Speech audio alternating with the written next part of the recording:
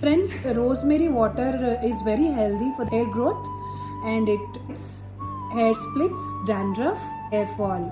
Recently we have been hearing a lot about rosemary water and rosemary plant. Use it in either ways. Rosemary plant can be boiled it for 10-15 minutes. Those water can be used for sprinkling on the scalp, or you can ready-madely buy this. This has been proven very beneficial, friends. This rosemary water can be sprinkled on the scalp after shower or before shower. Friends, మనం దీన్ని hair wash కంటే ముందు వాడచ్చు, are మనము shampoo చేసుకున్న తర్వాత కూడా దీన్ని మనము డైలీ 2 times స్కాల్ప్ మీద స్ప్రే చేసుకొని లైట్గా జెంటిల్ మసాజ్ చేసుకొని వదిలేయాలి.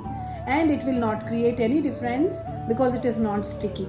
Rosemary water has a lot of beneficiary things which improves hair growth and prevents hair fall. Please try it, friends.